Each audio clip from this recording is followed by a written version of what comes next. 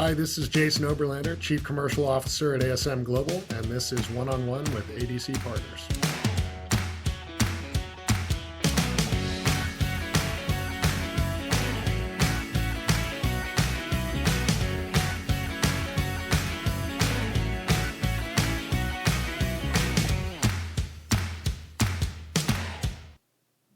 Hi, this is Dave Almy of ADC Partners. The whole is greater than the sum of its parts. Well, that little pearl of Aristotelian wisdom is probably one of the most frequently used, or maybe overused, phrases in the business world. But the meaning can be a little opaque at times. Well, unless you're Jason Oberlander, the Chief Commercial Officer for ASM Global, he knows exactly what it means. You see, Jason is charged with generating commercial activity for ASM's network of over 350 stadiums, arenas, convention centers, and other facilities located around the world. Driving revenue is increasingly tied to constructing a single platform for his partners from all those different parts. In our conversation, Jason and I talk about how ASM plans to accomplish that lofty goal, lessons learned from the COVID era, what goes into developing a great partnership, and much more. You'll even get a little French lesson. Que bon, mon ami. So Jason Oberlander, if you can provide a quick overview of the ASM Global business, I think that would be really helpful for folks, because I think ASM sometimes operates a little bit out of sight from how most people see the sports business world. So give us a little bit of sense of what that is. How did it get started, and what kind of scale are we really looking at today? Yes, sure. So ASM Global is really the product of a merger pre-COVID. There was a time pre-COVID. Yeah, there was a time. And it was a merger between AEG facilities and SMG facilities. Okay. And the combined entity created the largest venue management company in the world. So we manage 350 venues globally. Yikes. Across the arena, stadium, theater, amphitheater, convention center, and other space. How long do they give you to visit all of those? Yeah, it's a lifetime. I don't know anyone that's checked off all of them. I mean, can you even check out 50% of those? My God, Right. It's such a huge portfolio.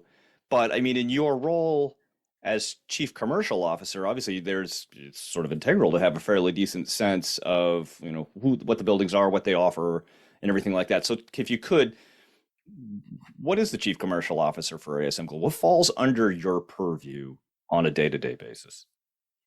It's broader than sponsorships. Okay. In the sense that we can do a number of different partnership, modes, B2B front, Right. integrated into operations, but it also includes, guest facing partnerships with brands. So anything tied to engagement with brands for sponsorship, naming rights, advertising falls into the realm of commercial partnerships. Right. So the really consumer-facing stuff that people are very familiar with, the names on the buildings and the signs inside the stadiums, that's certainly one piece of it. But there's a whole nother element of it too, which is that B2B facing stuff. Was that you obviously came particularly out of IMG College and Learfield and all those pieces where the consumer-facing pieces were so, overt. It was the B2B piece provide sort of a different lens for you? Is this like you've got a lot of familiarity with it, or has there been a lot? It's not unfamiliar. We certainly did B2B partnerships within the collegiate space, and even before that when I was with the NBA. Right. So I'm familiar with that conversation and how those partnerships come to life. Here it's a little different in the sense that it's just weighted towards those partnerships, at least in the early days. Right. Because I think one of the big opportunities we have going forward is figuring out how we harness all the touch points for guest-facing engagement over time. Because that's changing on a minute-by-minute basis, right? That's right. And I think, we know what those guest-facing, touch points are. To some extent, we can deliver them today, but to do it in a way that is networked and linked that Yeah. provides ease of activation at scale is our opportunity. So we're looking to build, a digital out of home network that links up all of our screens inside the building and outside. We're looking to make investments in new screens. We're putting our web platform on a new trajectory that's going to be more commercially friendly and viable. Our social, platform, data monetization, for retargeting purposes for brands. These are all elements that we're pursuing to be able to provide engagement to brands at scale. Has that been surprising to you, or sort of what's really energized you partly about this role? Because it sounds like what you're talking about is like it's taking, all right, so we have 350 different arenas and stadiums and facilities in the portfolio. But it sounds like to this point, they've more or less the assets kind of live within those particular facilities. With what you're talking about, it sounds like you're creating, for lack of a better term, and it's overused, so I apologize to everybody who's heard this a million times, a global platform for 1 by 350 facilities, if that's where a global brand really wants to go. Yeah, no, that's what attracted me to the opportunity. Is it's a massive platform, but it hasn't been tapped on a network-wide basis at scale previously. So it's a build. It's not stepping into an existing, ready to go proposition. It's a proposition that is very attractive and viable today, but has great potential, as we continue to make it more sophisticated and build it out. So it's such a fascinating opportunity, and something that's so unique to being able to be on that facility side of the ball. And so I'm wondering, as someone who has you've got a long history in sports. I mean, you've worked in sports media and the NBA, and you've worked in MMR for college. How does working on the facility side differ for you? I mean, what surprised you the most about, brick and mortar? Yeah. Well, I guess the most surprising thing is how similar it is, in the sense that Same old thing. yeah, the conversation with partners takes the same trajectory. It's about understanding their objectives, what they're trying to accomplish, how we integrate them into our platform in a way that, showcases their brand in an impactful way that is of value to our guests and other stakeholders. So it's very similar in that regard. I'd say where it differs is, instead of focusing on the field of play, we're focusing on everything around the field of play. Everything but. That's right. So it's the experience that, starts when they buy their ticket and all the communication that happens, around that, to when they, figure out how they're going to get to the game, to the parking experience, to what they feel and experience when they walk into the building, to the VIP areas and premium areas, to the concessions. It's really identifying how we can improve that experience for our guests and who the right partners are to help us do that, and then having those conversations. Yeah, I tell you, it's one of those things you talk about 1,000 times, and I think most people understand it to be true, but you can't underestimate or undervalue that driveway back to driveway experience that people have with a entertainment experience, right? Because a guest's entire perception of a visit can be changed by an interaction with a parking attendant. That's right. And so, having the complete overview, that's a huge responsibility. And when you're doing it 350 times over, that's a big ball of wax you're dealing with there, my friend. Yeah, but it's fun for that very same reason. It's the scale that gets the interests of our partners. It's what allows us to have an impact on their behalf. Right. I think this would be fascinating too, and sort of interesting too, because I know coming out of Learfield in the multimedia rights space, you often have to spend so much time working not only to develop the partnerships, but also to get access to the things that you want to develop that partnership, the things that you realize they really need in order to accomplish the objectives that you define. So there is kind of an ownership capacity now that you have that maybe in previous roles hadn't been quite so concrete. I mean, I'm assuming that offers a relatively interesting ownership capacity in how you deliver those kinds of things. Yeah, it's exciting, but again, the process is remarkably similar. Yes. The more things change. Yeah, we have, at Learfield, I was working across 180, collegiate athletic programs. Well, we had a GM at each of those properties. Hmm. Very similarly, we have a GM here at each of our buildings, and they are the heart and soul of our business. Like it really requires their embracing of a program, and their involvement in bringing it to life that makes it work. So you still are selling into both sides, right? It's the Yeah, GMs that, yeah, they, boots on the that ground. doesn't go away. I mean, if you want it to be a successful partnership, you need that level of buy-in and commitment. And I suppose that's kind of a natural segue to my next question too, right? If the GMs are the heart of it, then it really doesn't matter, I'm assuming, about the scale of the kinds of properties that we're talking about here. Because I mean, I looked at the web as your diligent podcast host. I looked at the website before we had this conversation, and there is a pretty broad scale of arenas and stadiums that you're managing, right? I mean, it's That's right. everything from the gigantic Super Bowl stadiums like Allegiant Field in Vegas down to minor league baseball stadiums in Stockton.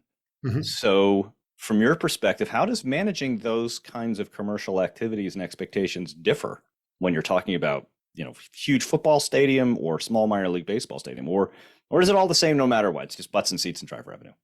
No, it does vary, in significant ways. Yeah.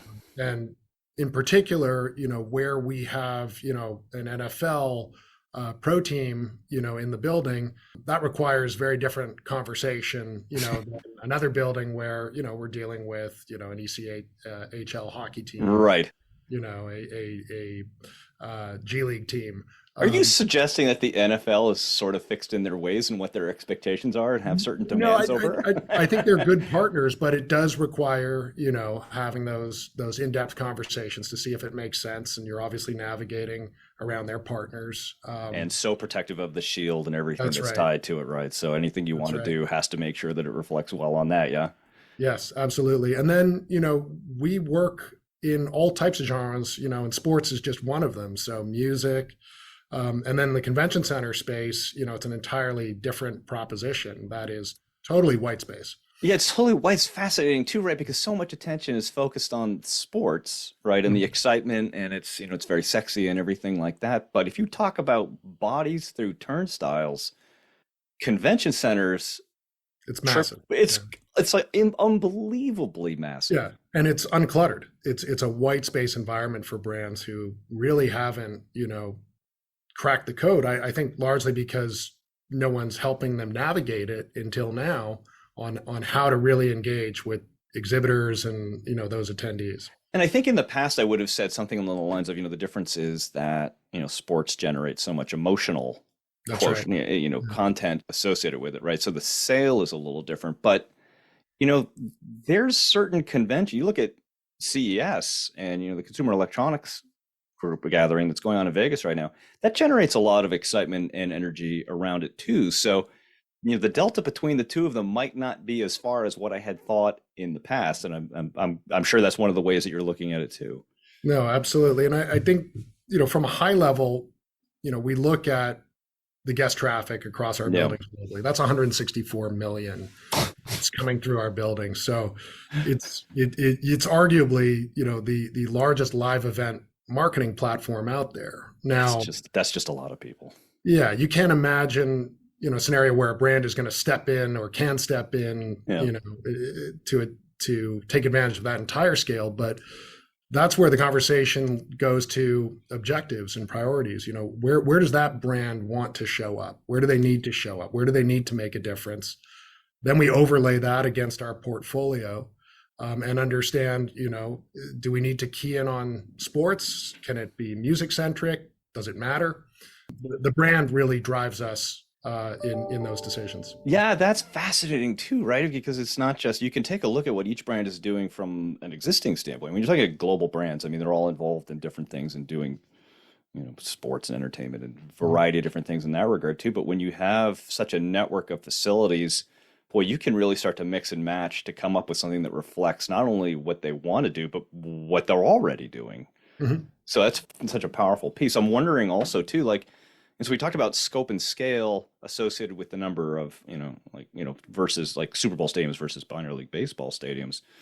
How's your experience been just doing that from like national versus international, right? Is the approach that you have to take differ if you're talking about GMs in the US versus, because the arena business is incredibly international, right? It's, it's Europe, it's South America, it's in the Middle East. How does your approach shift in dealing with different international markets like that? Are the expectations the same? No, they are different. Yeah. And I think our opportunity is different, by region around the globe. So it's possible to strike a global partnership or work in any, venue that we manage.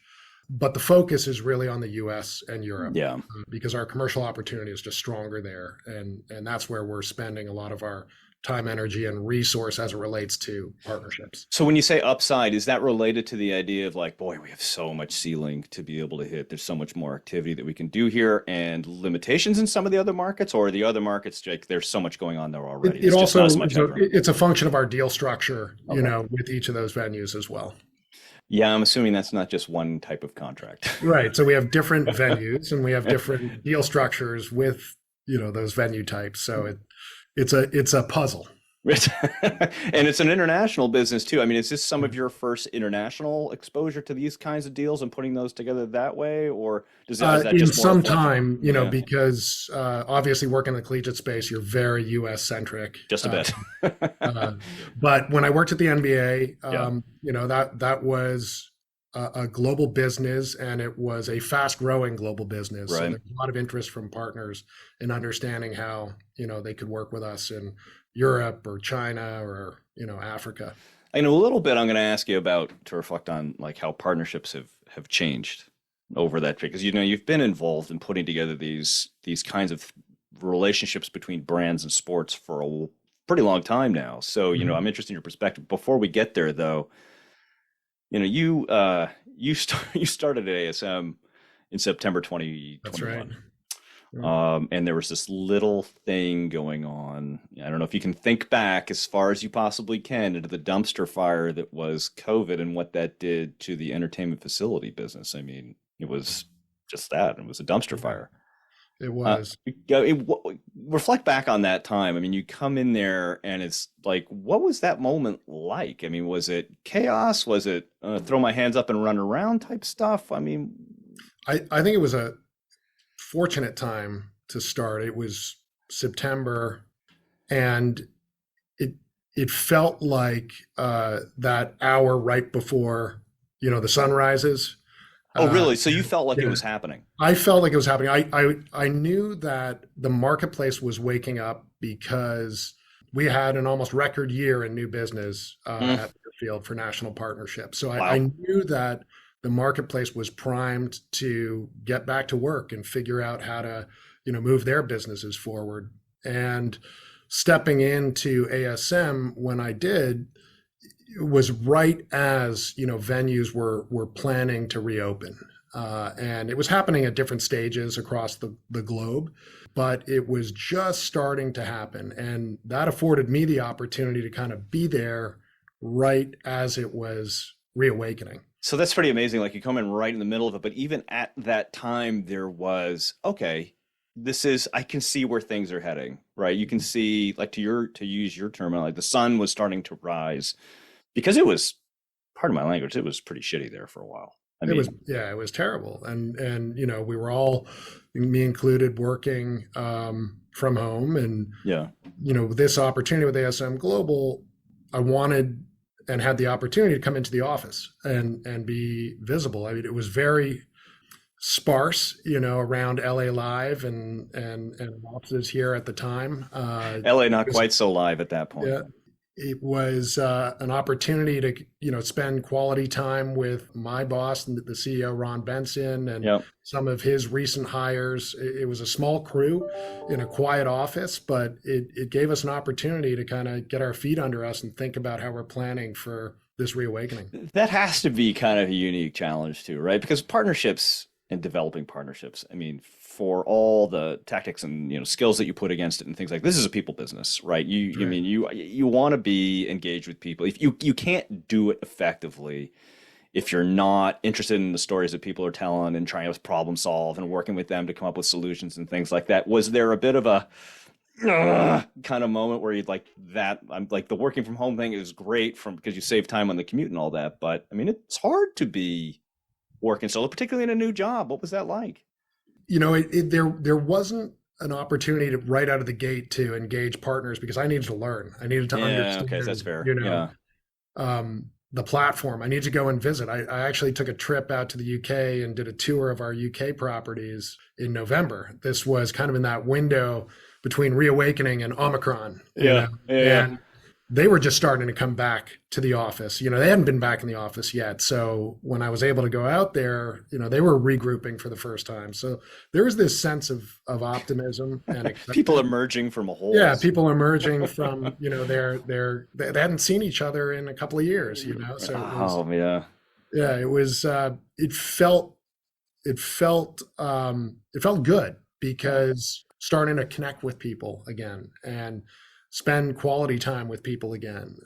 I mean, ultimately, that's the entertainment experience That's all right. about. I mean, that's why you have these facilities to begin with, as much as we want to think that it's the thing That's why I'm in this line of work, Right. because I like to engage with people. I like to, talk to people, I like to get to know people. And, I think in the world of Zoom, when we were, in the dark days of quarantine, it was interesting because it was really productive. I found you could knock out a lot of conversations quickly. You weren't planning for travel. You weren't on a plane. You weren't stuck on a tarmac somewhere. So you were able to do a lot of volume related to, conversations, but the quality of those conversations was not as good. And that only takes you so far, particularly if you're trying to start a new relationship. Absolutely, right. It's that human connection kind of thing. You can't undersell it. I mean, I know it's like the technologies that we have to be able to bridge those gaps are great, and they definitely fill a role, but it's just not the same as being able to, look someone in the eye and just have offhand conversations and things like that. But I'm curious, like, if you feel like, are there any lessons from the pandemic that you take to the business? Like, okay, well, we had to do that during the pandemic, but you know what? That actually might be useful going forward post-pandemic. I don't know if it's a new lesson so much as underscoring the importance of an old lesson, which is relationships are really important. Yeah. Particularly when you're going through a difficult, challenging time as an individual, as a team, as a company. Yeah. Your partners are key, and in helping you navigate that, whether that's related to the X's and O's of business, or just being able to vent about how challenging things are and being able to share that with someone. Shared experience rather than just going out to the front yard and yelling at the squirrels. Right. Now, I'm not saying I've ever done that, and I'm not saying that I have squirrels that are very shocked and frightened around where I live, but I understand exactly what you're trying to say. Now everybody's listening is like, this guy is clearly insane. The other thing I'd say, and it's related to relationship, is just having empathy. Yeah. And really taking a moment to understand, what your team is going through or what your partners are going through, and either in their professional or personal lives. And there were a lot of hard decisions made. At the company I was working at, and everywhere, left and right. And we had to. A lot of people were let go during that time frame. Yeah. Just making sure you staying connected with them to figure out how you can help. How can you help them network? What references can you provide? It was key, I think. Well, also you're talking about relationships that you're creating from a partnership perspective, especially that are almost required to be long-term, right? Mm-hmm. That's really where the efficiency of the partnership equation comes to bear, right? You're steering away from 1 and 2 year deals and things like that. Yeah. You can't, the obvious lesson is you can't risk long-term benefit where you may have to take 1 step back to go 2 steps forward in order to capture that. I need to do that short-term win because that's what the books are saying to do right now. And that's not always an easy thing to do because, like you said, I mean, when we were talking previously, the cycle resets every year. But that's the strategy that has to go into that thing which you just talked about. It's empathy and understanding what that's going to be, and how do you construct the deals to be able to reflect what somebody's going through in that moment, so you can prepare for something longer term. Yeah, and I think empathy leads to trust, and trust leads to being able to have an open conversation about where your pain points are, where theirs are, how you guys can help each other in that process. So let's talk about trust a little bit, right? Because I think we've seen a few facilities. I mean, just over your right shoulder is crypto.com arena. I think we've seen a few facilities with crypto naming rights in particular get burned, very high profile stuff with FTX going down and all the crazy, and others are now sweating about where that next big payment's going to be coming from. And I'm wondering from your perspective, right, if it's always on the lookout for the next big category, right? What's going to be the thing that draws new revenues to the facilities? How do you protect, like, what do you feel like is your responsibility to make sure that, okay, this is a very attractive opportunity, but it's a very, very risky bet? Is that a calculus that you make? Is it, what's the process that you put in place to be able to guard against things like that? Yeah, I think understanding that there is risk, Yeah. Is a starting point. How you quantify, the worst case scenario, the likely worst case scenario, sharing, what that risk looks like with all of your key stakeholders, and then doing what you can to hedge against it, right, or mitigate it. And, right. And it's unique in every situation, but on the whole, you may need to decide it's not an opportunity you want to pursue, for that reason. Or if you are going to pursue it, it's clear, that with everyone involved that there's some risk attached. Has there ever been a moment where you've looked at a company that's saying, boy, we want to shower you with money right now, and you looked at it and said, I mean, I don't know if these folks are gonna, maybe the brand's not the right fit, or I don't know if these people are going to be around in 18 months. So you take that step back. Is it a difficult conversation?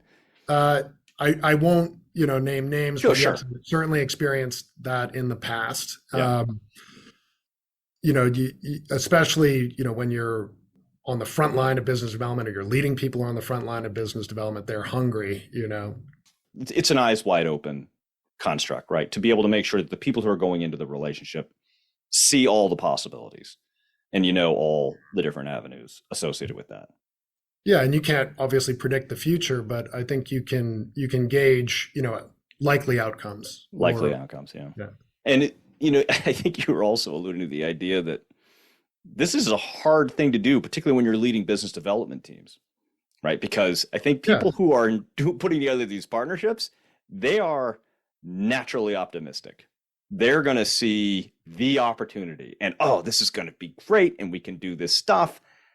Managing that could be really, really tough for your team to be able to say, wait, hey, I know you love this deal and it's a huge revenue piece, but how do you look at it objectively? How do you get them to look at it objectively? Does it go back to that same sort of thing? We've just got to look at it in all its different I think you just got to, gather the facts as best you can. And sometimes that involves reaching out to your finance team and saying, can you do some due diligence on this group? Oh, okay, yeah. Bringing other people in. Yeah, understand. Do they have, any actions against them, any liens against them, So you just really do the best you can. Yeah, you do the best you can. And if you're not getting any data, that's already, right. In this day and age, right? It's like, I can't find this company online at all. The ASM business it's pretty straightforward, right? I mean, for all the complexities and new technologies and everything like that, digital signage networks, this is all about getting people through the turnstiles. That's exactly right. I mean, that's exactly right. When we boil it right down to its core components. So I'm wondering then, with your investments in new technology to drive new commercial opportunities, there's also technologies that are going on that are not necessarily helpful to the business case that ASM brings to the table. Because I'm thinking, like, with virtual reality starting to become more of a thing, streaming is so much more prevalent.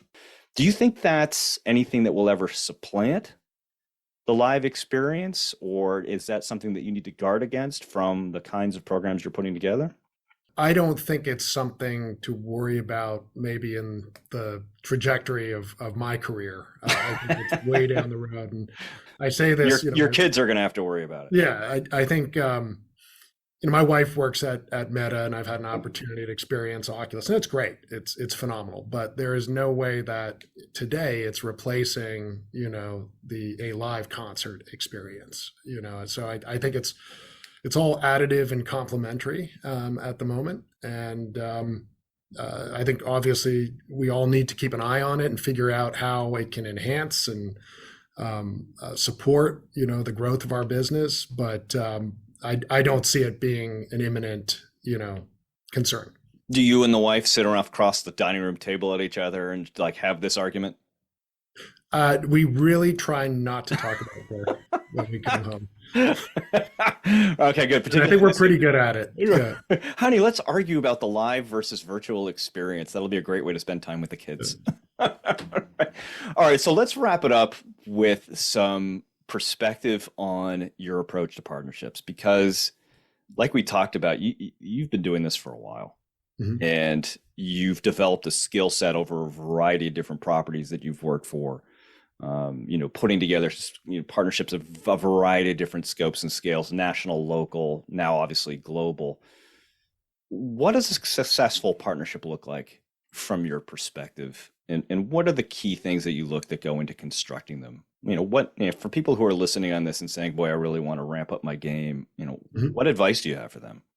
Yeah, I think it all comes back to your client's objectives, and really developing a deep understanding of what they're trying to accomplish, what their business is, who they're trying to talk to, what they want them to do or believe about their brand. And then looking at your own platform and saying, this is how I can deliver against that brief. And whatever those KPIs are, keeping them front and center and measuring against them continuously and figuring out how to optimize, because your first attempt may not be the right approach. You may need to iterate and evolve. And if you're not prepared to do that, then, you're not being a partner. I think it's one of the hardest things for people, particularly in our line of work, to wrap their arms around sometimes, because you're representing a property, yet in your capacity, your interests are really focused on somebody else's objectives. Mm-hmm. Right? You're trusting the idea that you're going to benefit because you're able to deliver against their objectives, but you really have to. It goes back to that idea of empathy. You really have to look through the eyes of that other person, or a brand, or whoever it is you're engaged with, to figure out what the solve is. That's right. Yeah, I think that's the core of the whole discipline. Of the whole job is getting into their business, getting into their head, understanding, their pain points, their opportunities, and how you can help them get there. I mean, it's one thing to be, we talked about you have to ramp up on being, COVID was great because you have to ramp up on the facilities business and everything like that goes along with working at ASM. But I mean, your capacity, you kind of have to be expert in the top 100 categories of business and where their pressure points are. And it's it's a constant learning cycle, right, isn't it? Yeah. And you have to be curious, and you have to ask the right questions, not everyone knows how to articulate, what it is they're trying to do. Sometimes you have to tease it out, in conversation. And that's where, the relationship building, the trust, the empathy all play a role. I'll coalesce into one thing. Jason Oberlander, Chief Commercial Officer of ASM Global. Thank you very much for spending some time. But before I let you go, I'm going to put you through the lightning round. Let's do it. Let's do this. All right, there's a bunch of questions. You have no idea what's about to hit you. So let's get right at it. Okay, your undergraduate work was at McGill University in Quebec. That's right. James Naismith, the inventor of basketball, is a notable alumnus. So in your best Quebecois accent, please say, hang the peach basket 10 feet high. Monte le basket 10 feet. Let me get back up. It's I'm gonna- lightning round, All Oberlander. right, We you gotta wanna- go. All right. Monte le basket de pêche 10 pieds en avant. Oh, que bon, monsieur. Oh, yeah. All right. ASM manages Ring Central Stadium, aka O.co Coliseum, aka Overstock.com Coliseum, aka McAfee Coliseum, aka Network Associates Coliseum, aka Oakland Alameda County Coliseum. So my question is this: when is it my turn to have my name on it? Well, the naming rights opportunity for Oakland Arena is now available. So You just never you stop want to put an selling. offer forward, you know, ADC Partners Coliseum coming up anytime soon. There you go. You just never stop selling, do you? All right, you moved from New York City to LA when you took the current job. What do you miss the most about New York City? I miss walking the streets of Manhattan or Brooklyn for that matter, or Queens. You know, it's a special place. It's a pedestrian city. You're on the street, you're on the sidewalk, and life is happening all around you, and that's exciting. It's a little different than Los Angeles. You're in LA, you know, you're in your car. You've got, you know, armor around you. You don't have the same connection to the city that you have in New York. All right, so similar kind of vein of that question. There's been a bit of precipitation in California recently. How would you describe rain driving skills in Los Angeles? Poor. It doesn't really need more than that. All right, last one. You've sold national partnerships for college sports at IMG College and later Learfield, as we've established. What's your best college football experience? Ooh, tough one. They're all so good, but I think going to Austin for University of Texas football game is you know, my favorite. You know, it just an incredible environment, you know, incredible fan base, incredible, you know, game production. It's second. to none. That's right. Hook 'em horns. Jason Oberlander, Chief Commercial Officer of ASM Global. Appreciate the time, man. Thank you. Appreciate it. Thanks for listening to this ADC Partners podcast. For more information about ADC Partners, please visit our website at adcpartners.com.